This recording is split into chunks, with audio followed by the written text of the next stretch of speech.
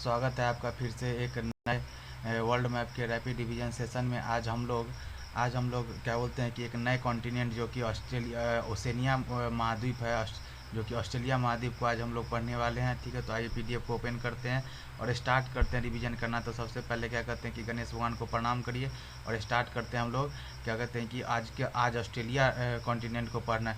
ठीक है, तो सबसे पहले समझते हैं कि ओशिनिया क्या होता है। ओशिनिया, ठीक है, तो ऑस्ट्रेलिया और उसके आसपास के महासागरीय क्षेत्र को संयुक्त रूप से ओशिनिया कहा जाता है। देखिए ये ऑस्ट्रेलिया है, ऑस्ट्रेलिया और इसके आसपास के जितने भी, जैसे पापुआ न्यू गिनी हो गया, ठीक है, पापुआ न्यू गिनी हो गया। उसके बाद बात करते हैं कि ये सब पापुआ न्यू गिनी हो गया, न्यूजीलैंड हो गया, और बाकी सारे आसपास के तस्मानिया हो गया, जितना भी देश है आसपास में, वो सब मिल के क्या ओशिनिया कहलाते हैं। तो ओशिनिया क्या हो गया, ऑस्ट्रेलिया और उसके आसपास के महासागरीय क्षेत्र को संयुक्त रूप से क्या कहा जाता है, ओशिनिया कहते हैं। ठीक है, और आगे बात करते हैं कि ऑस्ट्रेलिया को प्यासी भूमि का देश भी कहा जाता है, क्यों कहा जाता है, क्योंकि यहाँ पे कम वर्षा होता है। आगे बात करते हैं द्वीपीय महाद्वीप।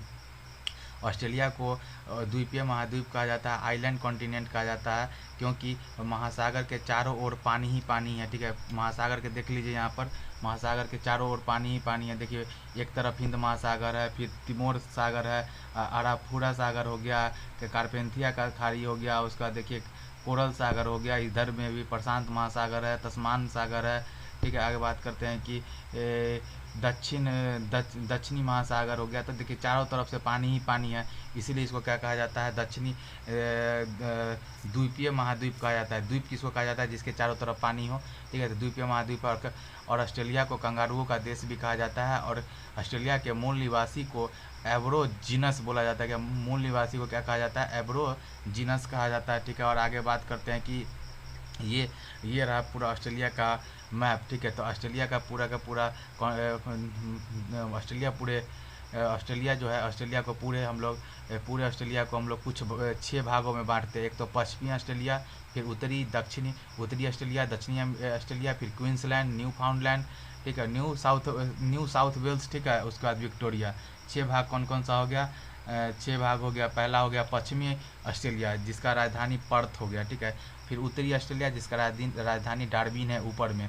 ठीक है, और बाद दक्षिणी ऑस्ट्रेलिया, जिसका राजधानी एडिलेड है। ठीक है, और क्वींसलैंड, जिसका राजधानी ब्रिस्बेन है। ठीक है, और बात करते हैं न्यू साउथ वेल्स को, तो न्यू साउथ वेल्स की राजधानी सिडनी हो गया। ठीक है, और विक्टोरिया का राजधानी क्या हो गया, मेलबर्न हो गया। ठीक है, समझ गए। और पूरे के पूरे ऑस्ट्रेलिया का राजधानी क्या है, कैनबरा है। क्या है, कैनबरा। तो देखिए एक बार मैप देख लीजिए।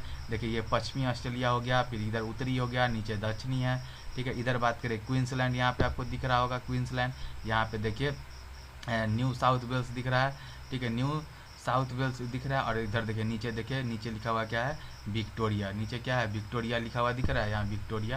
तो विक्टोरिया हो गया। देखिए अब विक्टोरिया का राजधानी मेलबर्न यहाँ दिख रहा होगा। ठीक है, पूरे ऑस्ट्रेलिया का देखिए कैनबरा दिख रहा है, न्यू साउथ वेल्स का सिडनी दिख रहा होगा आपको, दिख रहा है ना। देखिए यहाँ पे। और बात करते हैं क्वींसलैंड का, देखिए ब्रिस्बेन यहाँ पर दिख गया। अब बताते हैं कि डार्विन दिखा देते हैं एक बार। डार्विन देखिए यहाँ डार्विन दिख रहा है। उत्तरी प्रदेश माने उत्तरी ऑस्ट्रेलिया का देखिए डार्विन यहाँ दिख गया। और बात करते हैं कि पश्चिमी ऑस्ट्रेलिया का, यहाँ पर देखिए पर्थ दिख रहा है, कलर किया हुआ पर्थ।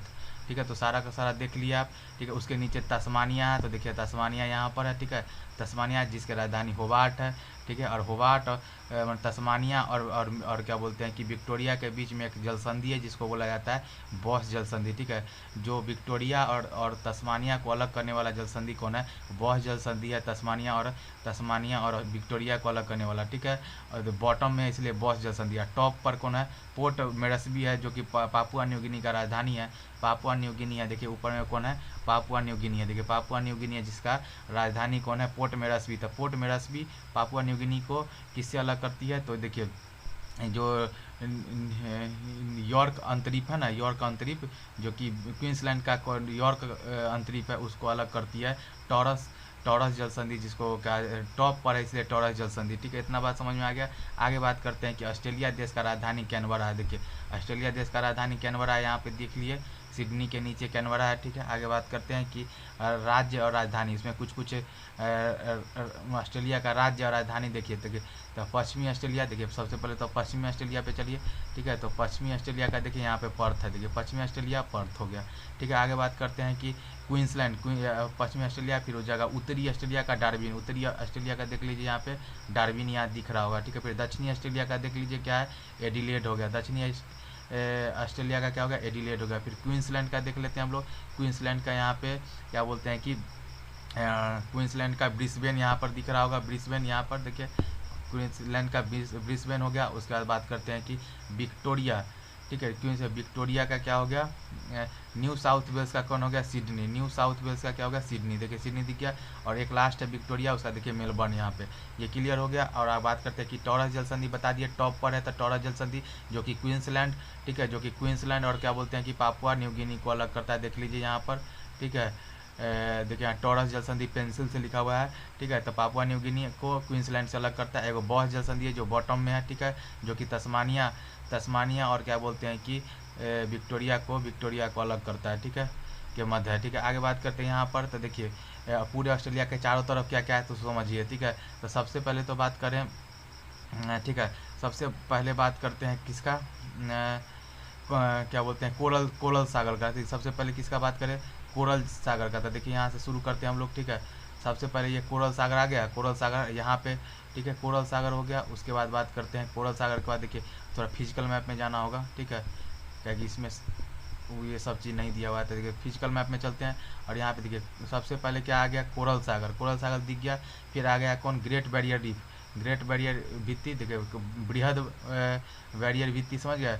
तो ये हो गया, ठीक है। उसके बाद बात करते हैं ग्रेट डिवाइडिंग रेंज, देखिए इसके अंदर में क्या है, ग्रेट डिवाइडिंग रेंज दिख रहा है, देखिए यहाँ पे लिखा हुआ है ग्रेट, देखिए यहाँ थोड़ा छोटा करते हैं, देखिए ग्रेट डिवाइडिंग रेंज दिख रहा है, ऑस्ट्रेलिया के थोड़ा अंदर में है, ठीक है।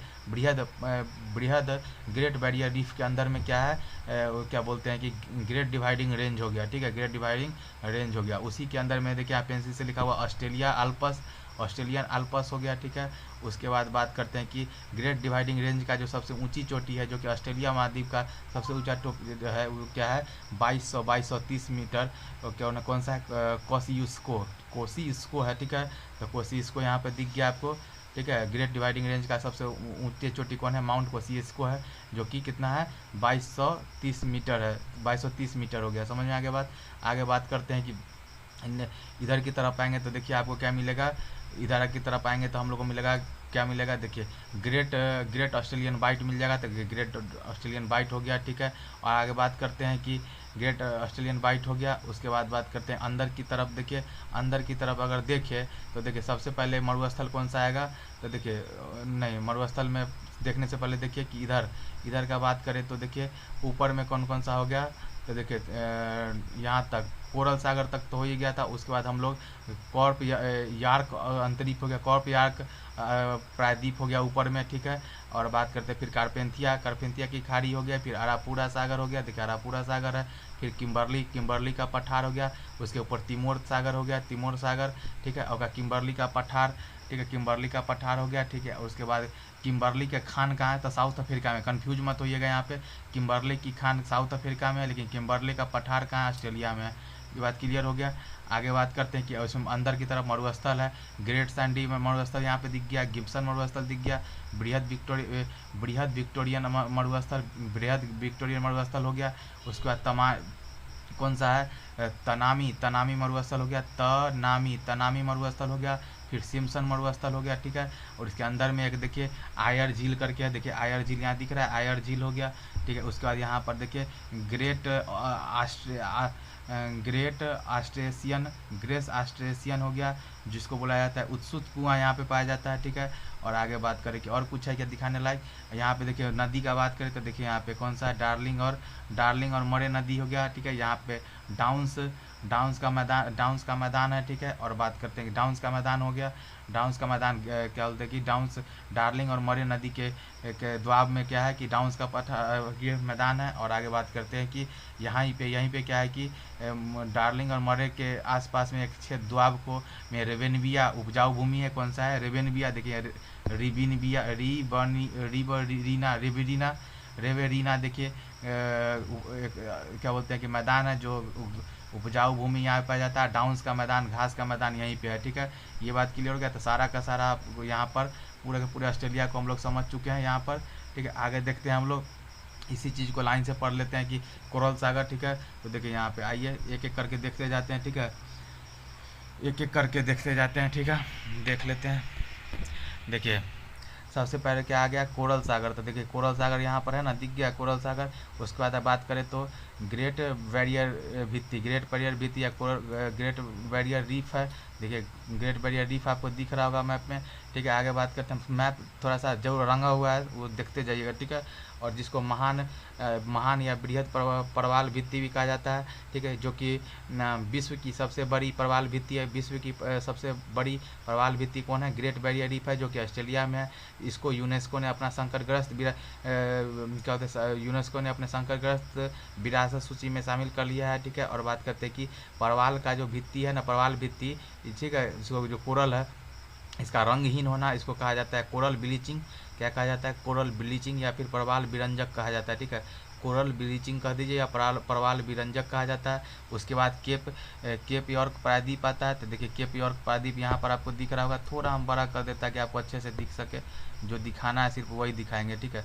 देखिए कौर पे क्या बोला जाता है, अगला तीसरे नंबर पे केप यॉर्क प्रायद्वीप हो गया। फिर कारपेंथिया का सागर है, देखिए कारपेंथिया की खाड़ी आ गया। कारपेंथिया की खाड़ी के बाद क्या आता है 5वें नंबर पर, तो देखिए आरापूरा सागर है। तो देखिए आरापूरा सागर आ गया, ठीक है, आरापूरा सागर हो गया। उसके बाद बात करते हैं किम्बर्ली का पठार हो गया, ठीक है, किम्बर्ली का पठार, ठीक है। किम्बर्ली का पठार को थोड़ा सा खोज लेते हैं हम लोग। देखिए किम्बर्ली का पठार हो गया, ठीक है। किम्बर्ली के पठार के ऊपर तिमोर सागर है। तो देखिए तिमोर सागर मिल गया आपको। किम्बर्ली के पठार के बाद तिमोर सागर मिल गया। उसके बाद नीचे में बात करें तो देखिए ग्रेट सैंडी मरुस्थल हो गया, ग्रेट सैंडी मरुस्थल। फिर गिब्सन मरुस्थल हो गया। फिर बृहद विक्टोरिया मरुस्थल हो गया, बृहद विक्टोरिया मरुस्थल हो गया। उसका तमानी मरुस्थल देख लीजिए, तमानी मरुस्थल यहाँ पर है, ठीक है, तमानी मरुस्थल यहाँ पे हो गया, ठीक है। उसके बाद बात करते हैं कि सिम्सन मरुस्थल, ठीक है। तो सिम्सन मरुस्थल यहाँ पे हो गया, ठीक है। ये उसके बाद क्या आता है, ग्रेट ऑस्ट्रेलियन बाइट देख लीजिए। तो देखिए ग्रेट ऑस्ट्रेलियन बाइट देखना है, तो देखिए ग्रेट ऑस्ट्रेलियन बाइट हो गया, ये वाला पार्ट ग्रेट ऑस्ट्रेलियन बाइट हो गया, ठीक है। ग्रेट ऑस्ट्रेलियन बाइट हो गया। फिर स्पेंसर की खाड़ी है, तो देखिए स्पेंसर की खाड़ी है। फिर एक एनकाउंटर की खाड़ी हो गया, एनकाउंटर की खाड़ी हो गया। उसके बाद बात करते हैं कि मर्रे और डार्लिंग नदी है। तो देखिए मर्रे और डार्लिंग नदी दिख गया यहाँ पे, देखिए मर्रे और डार्लिंग नदी दिख गया, जो कि स्पेंसर की खाड़ी में जाके गिरती है। फिर डाउन्स घास का मैदान है। तो देखिए जो डर्ले मार्लिंग है, जहाँ पर लिखे हुए हैं डाउन्स घास का मैदान है। और यहाँ पे क्या बोलते हैं कि उपजाऊ भूमि को क्या कहा जाता है, रेवेरिना कहा जाता है, ठीक है। और आगे बात करते हैं मर्रे डार्लिंग नदी का, इसका उपजाऊ क्षेत्र रेवेनिया कहलाता है और एनकाउंटर की खाड़ी में जाके गिरती है, बात समझ में आया। आगे बात करें डाउन्स घास का मैदान, डाउन्स घास का मैदान इसी के आसपास में है, जो कि समशीतोष्ण घास का मैदान है, ठीक है। और बात करते हैं उसके बाद ग्रेट डिवाइडिंग रेंज आता है। तो देख लीजिए यहाँ ग्रेट डिवाइडिंग रेंज है, जो कि पश्चिमी ऑस्ट्रेलिया में है, ठीक है। और आगे बात करते हैं उसके बाद इसका जो एक पर्वत श्रृंखला है ऑस्ट्रेलिया का पूर्वी भाग में है। ऑस्ट्रेलिया के पूर्वी भाग में क्या है, ग्रेट डिवाइडिंग रेंज है। यही कारण है जो कि पूरे के पूरे बीच में, ठीक है, ऑस्ट्रेलिया के पूरे सेंटर में क्या बोलते हैं जनसंख्या विहीन है। रीजन क्या है कि सारा का सारा आर्द्र भूमि नमी को ये यहीं पे बारिश करा लेता है, अंदर जाने नहीं देता है। इस कारण से ग्रेट डिवाइडिंग रेंज के कारण ही इतना सारा मरुस्थल ऑस्ट्रेलिया में और प्यासी भूमि का देश कहलाता है। आगे बात करते हैं ग्रेट डिवाइडिंग रेंज का जो सबसे ऊंची चोटी है, देखिए यहाँ पे लिखा हुआ है कैनबेरा के नीचे, ठीक है, कॉसिक्वेस्को, ठीक है कॉसिस्को है, ठीक है, जो कि ऑस्ट्रेलिया महाद्वीप की सबसे सर्वोच्च चोटी है, ठीक है। और आगे बात करते हैं कि उसके बाद आयर झील आता है। तो देखिए आयर झील यहाँ पे आपको दिख गया होगा, आयर झील यहाँ दिख गया ना, सिम्सन मरुस्थल के नीचे आयर झील हो गया, ठीक है।